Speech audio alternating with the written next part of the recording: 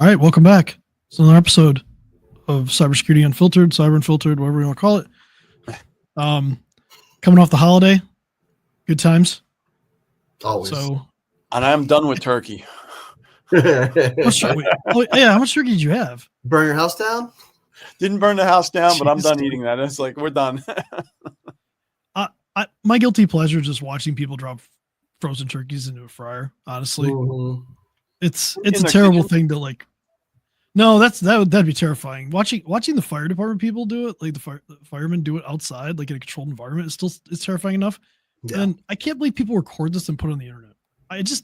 No, it comes back to don't fry a frozen turkey. My grilled turkey was lovely, by the way. How long did it take you? I think 3 hours 45 minutes, almost 4. I did it real low and slow. Well, so About 20-pound bird. It was delicious. you have a lot of people to feed. 16-pound bird. Yeah, we Bob did has a two. lot of people. Yeah. Jeez, two Bob birds. has a lot of people to feed. I had 19 people on mine.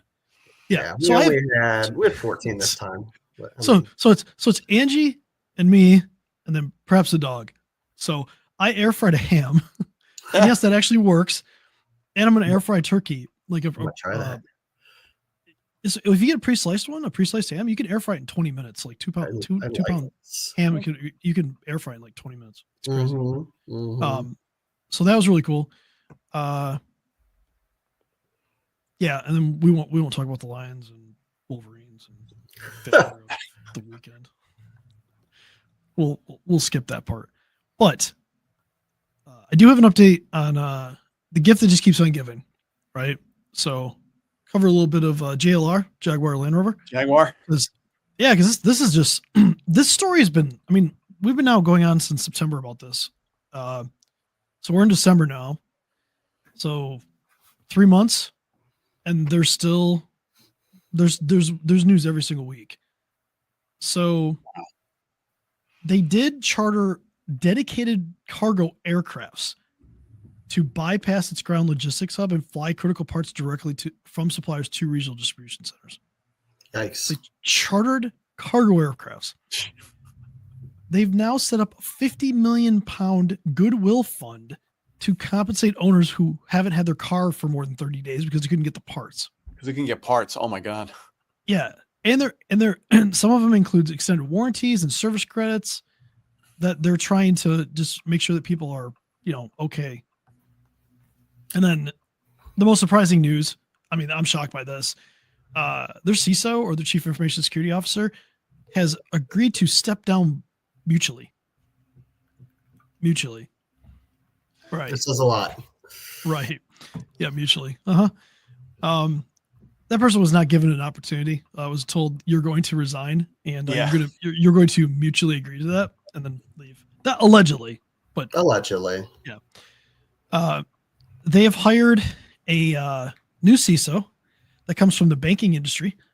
So it sounds like their shift is to really embrace more security, specifically at the factory networks and just their data networks in general. Because obviously they got completely exposed here. So they're going to make changes. But this is a very expensive, ongoing saga. That is a heck of a doozy to take over as a CISO. Godspeed, sir. No, the guy who mutually agreed to step down is probably just wrecked physically, just from the stress. Oh yeah. This person gets to walk into this, nice stressful situation. The other thing to think about too here is they didn't have cyber insurance, which we'll talk about a little bit more about that in a minute. But like they did have cyber insurance, so all this cost is their costs. There's nobody helping them with this. They do have a class action lawsuit. Their employee data leakage. So the law firm has confirmed that there's 12,000 current and former employees that have joined the claim. Oh boy. That's a lot. The potential payout now will probably exceed 100 million pounds if they're found liable. Yeah. So that's impressive. Yeah. That's the industry response right now, there's something called the CyberSafe Charter. It's the Society of Motor Manufacturers and Traders. They've launched the CyberSafe Supply Chain Charter. So it's going to be a new standard directly responding to this crisis. So it'll be interesting to see how this goes. It's going to be like a new voluntary code that requires all tier 1 auto suppliers to hold enhanced cybersecurity accreditations. They're going to make it mandatory for all of their contracts in 2026. Yes, the company that got hit with the cyber attack that caused all of this is going to make that charter mandatory in all their contracts going forward. Sounds like CMMC. It does. I haven't really dove into this yet. It'd be something maybe we can kind of dive into and check out. But I think it's something important that, as you see this go on in more and more industries, you're probably going to see more and more industries get together and do charters. One, it's better for the industry, and two, it hopefully keeps government out of it. I think it's probably their big call. Well, the fact that Jaguar's saying you have to do this to work with us actually is really good because because it's not like the government coming and saying you need to do this. This is saying if you want to work with Jaguar as our supplier, we need you to be secure. Jaguar is going to be told by the UK government something. Oh yeah, so, I mean, that because of the impact, because they had to get involved and offer loans and all this other stuff. Like, there's going to be fallout from government. They're just going to be because of how big the impact was. So, well, see, you're going to see what the impact is of all those funds the government made available for endorsing loans if these people actually get to pay them back. So there's going to be fallout. Yeah, but again, this is going to probably give us a blueprint of, especially, I know they're not part of the EU anymore, but let's be real. Like, if this happens in the EU might actually take like some sort of action before it happens. But what about other countries, other regions? Like, what impacts is this going to be? Because this is something we can learn from, right? Like, the landscape's not changing in a good way. It's changing, but it's not changing in a good way. So when you see somebody like this get hit like this, it makes you rethink a lot of things. We've talked about how it makes you rethink your supply chain, how it makes you just think about security in general. Like, their hire of a former bank CISO means they're going to probably bring in far more controls and really much more be more strict about cybersecurity. So we'll see. Interesting thing on that. But along the lines of cybersecurity, cyber insurance, Bob, you had an interesting one that you kind of turned us on to today, right? Yeah, it was it AB Consulting Company had an issue and had a cyber issue, and turns out they did everything that the cyber insurance policy said they should be doing, including getting some testing done and documentation done. But when the breach happened, they actually contacted and got on chat with the bad guys, and the bad guys found out that they had cyber insurance. And who would have known that telling somebody you have cyber insurance is enough to invalidate your policy? First call should always be your insurance. Lawyers and insurance companies, but apparently they were on chat, and in this case, Coalition did have a non-disclosure in their agreement that says you contact us before you talk to the bad guys. So they basically paid $14,000 for insurance they couldn't use that would have helped with, what was the ransom? 1.1 million or so? Yeah, and if you look at it, it's the company was Allardyce Bauer Consulting. They're in Calgary, Alberta, Canada. The policy they had covered up to $5 million ransom.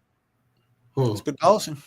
Yeah, and it sounded like they got the policy. So the people that hit them, sounds like they got the policy. It was just PDF saved, so they knew they knew the policy anyway. So Bob, on the article you sent us about it, the most interesting thing I found was they had a little bit of the chat with the hacker group, and the hacker group basically said, "We know that you have a cyber insurance policy with a limit of $6 million. Our financial experts have estimated what losses you will incur in the event of a leak of your personal data." So they basically knew the most they could max out, the biggest ask they could give. So at that point, I had one client tell me, I'm not going to up my cyber policy because they're going to ask for that anyway. They're going to ask for whatever I have.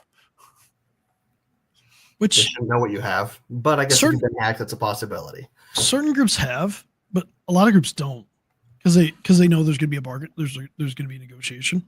So it's interesting. Like this one's specifically interesting because they allege the dwell time on this attack was 10 to 14 days. Wow, that's short. Sure, but they used it to exfiltrate the data, and it sounds like they got the insurance policy with it. Yeah, and then that also allowed them to map out the entire network and make sure they could, when they hit the button and encrypt them, it was going to be successful. But it sounds like they did the double extortion. So they showed them proof of exfiltrated data. This happened in late August. They didn't show up on the ransomware leak site until October 1st, and then it looks like on October 19th is when there's public disclosure that the insurer had refused to pay the claim. So specifically to what Bob said, the thing we're looking for is it's called a duty to cooperate. That's where it sounds like their failure was. And basically kind of what Bob said, it's like they had a conversation outside of, they did something, whether it was talking to the group that did the ransomware, or they did something outside of talking to the insurance company first. Yeah. So I did talk to an agent that a guy that does look at coalition policies, and when I got back from him, he says, yeah, it looks like coalition does have a clause that if you engage in negotiation prior to submitting the claim or compromise the claims process, they can deny coverage. So just clicking on that chat button was enough to say, oops. Call a lawyer, call your insurance. Well, on top of that too, it's not just that. There's other things you could do too, right? What happens if you just restored a backup and didn't give their forensics team time to look at it? That'd be the same thing. Sure. So there's so many things they could have done that could have violated that clause. And if we read the clause, apparently this was the text. We have the right to make any investigation we deem necessary, and you will cooperate with us in all investigations. Respond to reasonable requests for information and execute all papers and render all assistance as requested by us. You will do nothing that increases our exposure under this policy. You will also cooperate with us in counsel in the defense of all claims. So basically, if you don't call them immediately and you do anything, whoops. Yep. Man, that's some risk mitigation right there by the insurance company. Whew. Yes. You can almost say that rebooting systems was enough to invalidate that. They don't want you to touch a thing. Absolutely, because if you're engaging with their incident response team to do it, if you destroy anything, any evidence, like they could lob that clause over there. And there's been other, like I did some research because I wanted to like kind of figure out like, okay, where could we really dig into this? So obviously read your policy. You need to understand your policy. If you have an agent, talk to your agent, but you really have to understand your policy. You may even have to have a lawyer involved just to really understand like what you need to do. And this goes into your incident response plan, right? If your insurance company has a clause like this, it doesn't matter what your IT company tells you. It doesn't matter what your internal IT company tells you or your lawyer. I mean, if it says that, you literally have to contact them first. Yeah. And if you want to use that policy. A lot of it's really counterintuitive because the security guys and IT guys, there are things we're going to want to do instantly to stop the threat. But guess what? If you have cyber insurance, we got to ask them that first. That's the first phone call. Well, I'm rethinking how we engage with our customers because that clause, and I don't think I have anybody with this coalition specifically, but like if anybody else has that clause in there, like if we do something for like a business email compromise, even though we have all the logs for it and we can store, we have all that stuff stored. Like if we do anything that compromises that any kind of investigation, I mean, are they going to sue us now? Because even though it's not our responsibility to necessarily know what's in the customer's insurance claim, that's theirs.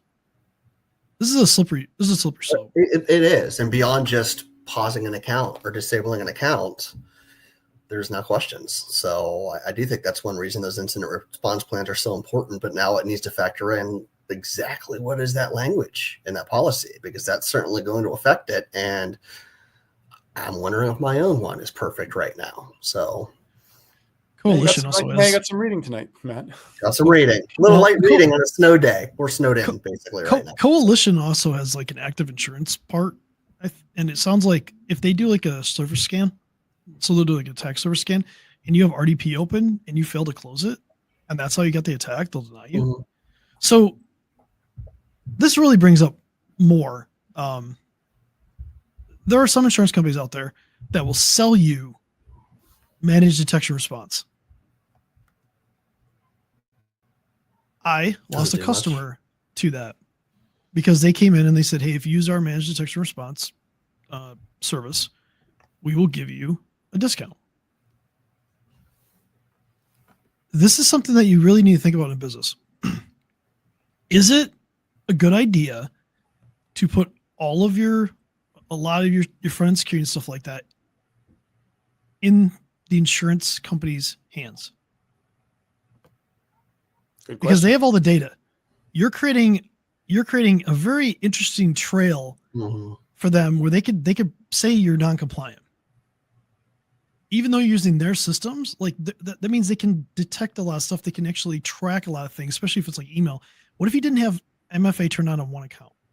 And they don't notify you, but like, what does the policy say? Does their MDR require them to tell you that?